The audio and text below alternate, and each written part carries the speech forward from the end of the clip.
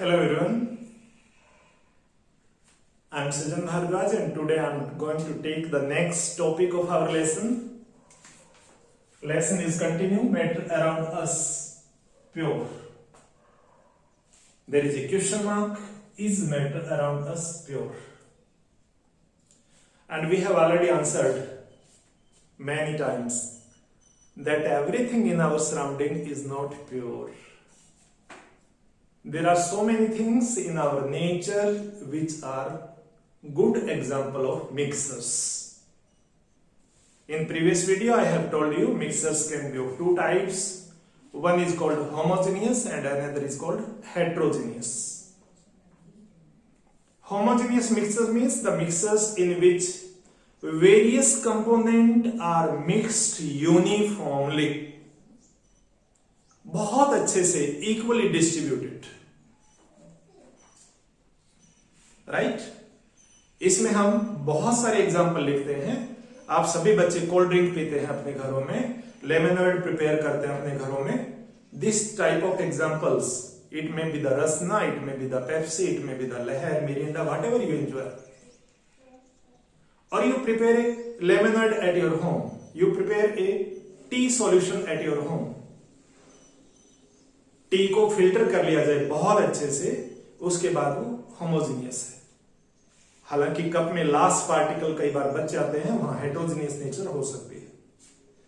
तो उसी होमोजीनियस में एक एग्जांपल हम देखते हैं, that is solution. It is the main type of homogeneous mixers, solution. So what is solution actually?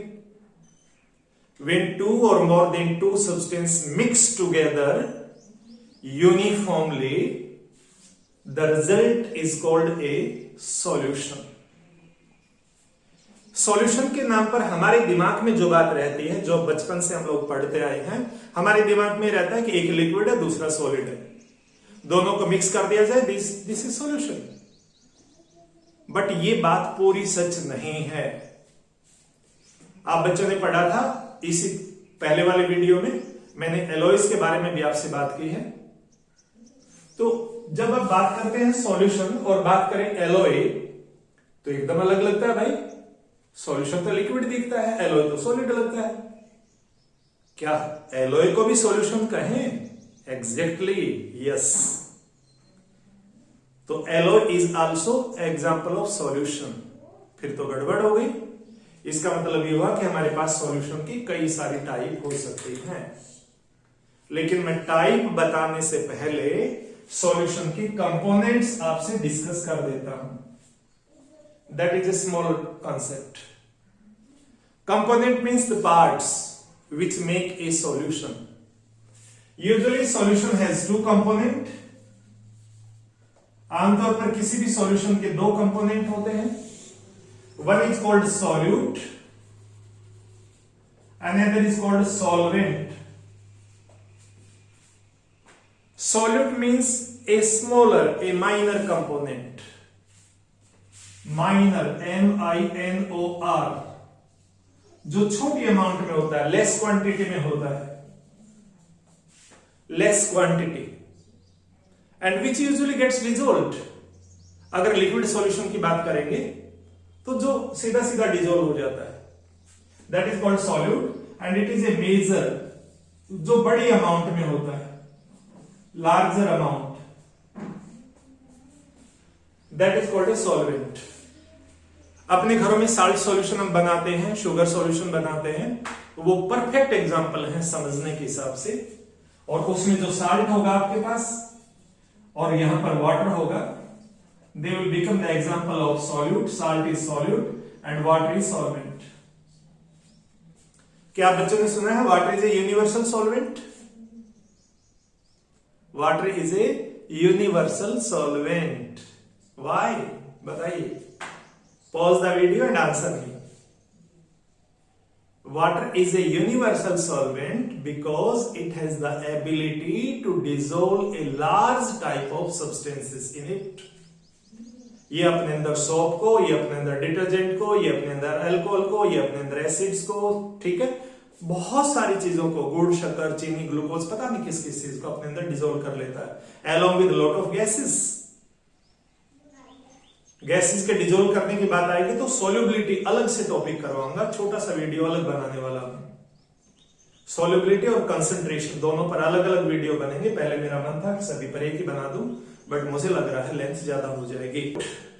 That is A mixer, homogeneous mixer, right, in which smaller component is called solute and large is called the solvent, that is a solution।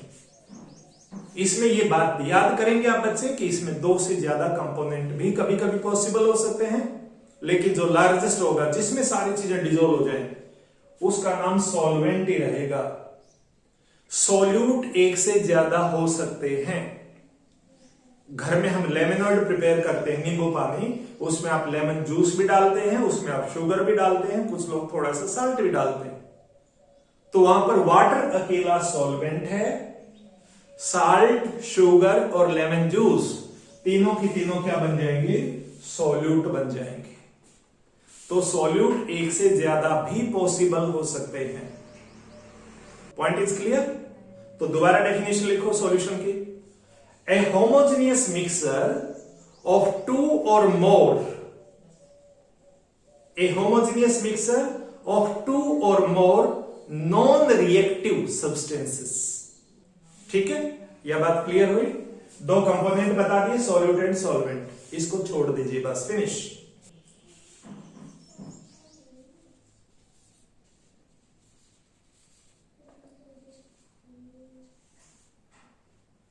Now the types of solution, कि solution की कितनी type हो सकती है।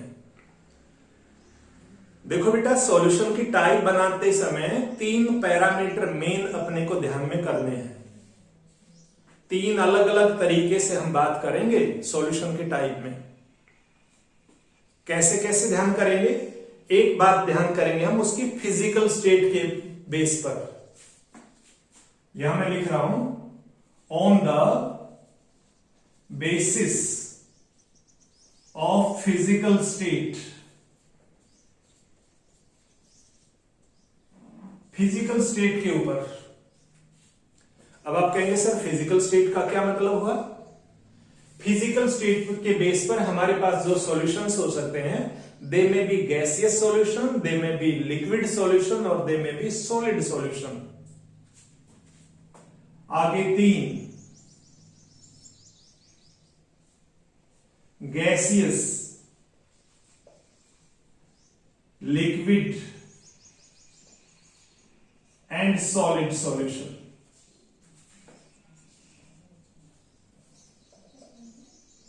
इनके साथ भी solution word लिखेंगे। अब गैसियस सॉल्यूशन कैसे समझें? जहां पर मेन सॉल्वेंट खुद गैस ही हो, बाकी चीजें उसके अंदर आकर के मिल जाए। और ये सबसे आसान एग्जांपल है समझने के हिसाब से, दैट इज एलपीजी और that is moisture in air. ठीक है, एयर के बारे में भी हम कह सकते हैं air is a homogeneous mixer, LPG. 2 example ले सकते हैं। जब लिक्विड के एग्जांपल की बात आती है हमारे पास, तो इन केस ऑफ लिक्विड, तो लिक्विड के केस में हम क्या कहेंगे? दैट में बी साल्ट सॉल्यूशन और इट में बी शुगर सॉल्यूशन। और जब सॉलिड सॉल्यूशन की बात करें, ये बिल्कुल नई टर्म है बच्चों के लिए, that is perfect example of एलोइज। एलोइज आप कह सकते हैं। एलोइज का मतलब हमारे पास है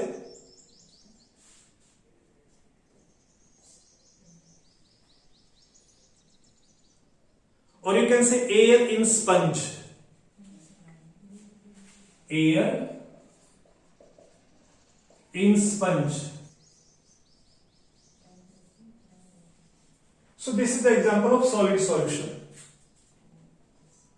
नई चीज है, थोड़ा सा नया लगेगा आप लोगों को, बट डोंट वरी, ये आप सबको पता होना चाहिए। अब ये हुआ on the basis of physical state.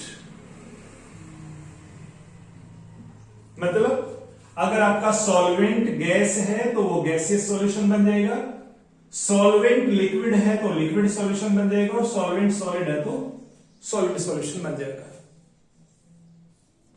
उसके बाद हम दूसरी टाइप लेंगे, and that is on the basis of concentration.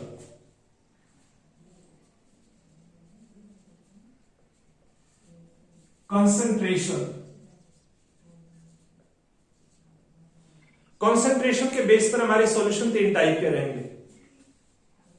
That में बी सैचुरेटेड, दैट में बी अनसैचुरेटेड, और दैट में बी सुपर सैचुरेटेड।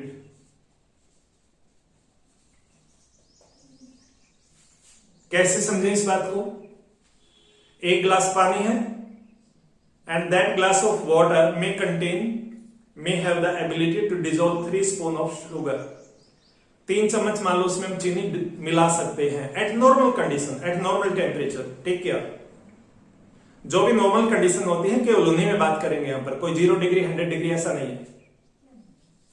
अगर एक ग्लास पानी में 3 चम्मच सपोज कीजिए शुगर मिला सकते हैं, और आपने केवल एक ही मिला रखी हो, तो अभी और गुंजाइश है। सो such solution in which some more solute can be dissolved, that solution is called unsaturated solution। Normal case में ऐसा देखने को मिलता है कि हमारे पास 36 ग्राम of common salt can be dissolved into 100 gram of water। यानी 100 ग्राम पानी में 36 ग्राम साल्ट आप डिसोल्व कर सकते हो नॉर्मल कंडीशन में, नॉर्मल टेम्परेचर प्रेशर पर। लेकिन अगर आपने 36 पूरा तो कर दिया तो सॉल्यूशन बन जाएगा सैचुरेटेड, यानी the solution in which maximum amount of solute is dissolved at a given temperature. ठीक है, that is called saturated. But if the amount of solute is less than saturation point, यानी उसमें और dissolve करने की ability है, that is called unsaturated. But sometime we can add more, even more solute than saturation point. Saturation से भी ज्यादा हम कई बार डिसॉल्व कर लेते हैं। Such situation is called super saturated situation, और उस सॉल्यूशन को the solution which contains temporarily more amount of solute than saturated solution, such a solution is called super saturated solution। अपने घरों में चाशनी होती है, हलवाई की दुकान पर चाशनी होती है, जिसमें जलेबियां, रसगुल्ले, gulab jamun, you might have seen. ठीक है, वो डिप करके रखता है ताकि उसमें खूब सारा मिठास आ जाए आपके स्वीट में। सो चाशनी is the best example of super saturated solution। Normal condition में चाशनी नहीं बनती कि पानी में चीनी मिलाते जाओ चाशनी बन जाएगी। आप देखा होगा उसको गर्म भी करते हैं और फिर उसमें excess amount of sugar add किया जाता है, तो ये टेम्परेरी फिनोमिना होता है। Such type of solution is called super saturated solution. रहेगी बात याद आपको? और तीसरी जो चीज है, आप देखिए, एक बता मैंने on the basis of physical state, physical state के बेस पर 3 टाइप के सॉल्यूशन बन गए। फिर बेस ऑफ कंसंट्रेशन की बात आई, फिर 3 टाइप के सॉल्यूशन बन गए। टोटल 6 टाइप हो गए ना, 5 और 1 6। लेकिन अभी 2 और टाइप पॉसिबल है, और वो टाइप किस बेस पर पॉसिबल है? वो पॉसिबल है on the basis of solvent, solvent के बेस पर।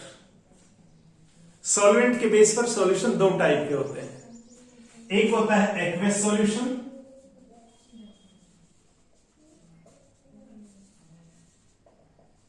और दूसरा रहेगा हमारे पास नॉन एक्वेस सॉल्यूशन।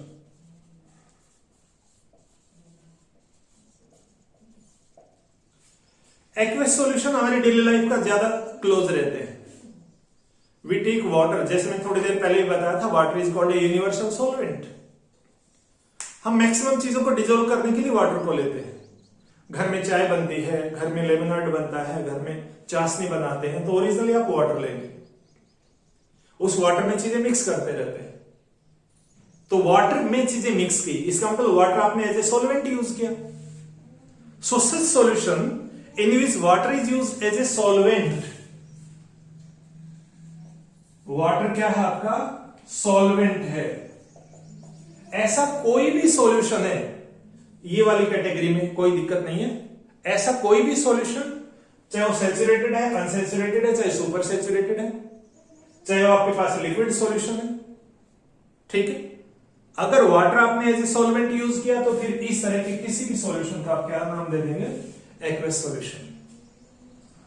हमारी जो कोल्ड ड्रिंक्स होती है, मैंने पहले बताया कोल्ड ड्रिंक्स होती है, लेमनेड होता है, चाय होती है, ठीक है, ये सभी क्या होते हैं? Aqueous solution. और अगर आपने वाटर के बजाय कोई और बेस यूज किया, आपकी बुक में एनसीईआरटी में एक एग्जांपल दिया गया tincture of iodine.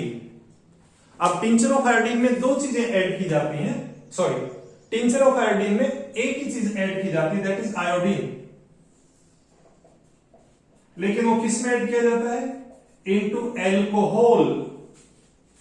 So alcohol is other than water. Such type of solution in which solvent is used other than water, that solution is called a non-aqueous solution. मान लीजिए आपने kerosene में कोई चीज मिला दी है और सॉल्यूशन तैयार कर दिया, तो वहां पर केरोसिन आपने सॉल्वेंट के रूप में यूज किया। आपने सपोज करिए कार्बन डाइसल्फाइड लिया, बेंजीन लिया, benzene BENZENE, it is a chemical, अगली क्लासेस में आप बात करेंगे, इसको ऑर्गेनिक सॉल्वेंट कहते हैं।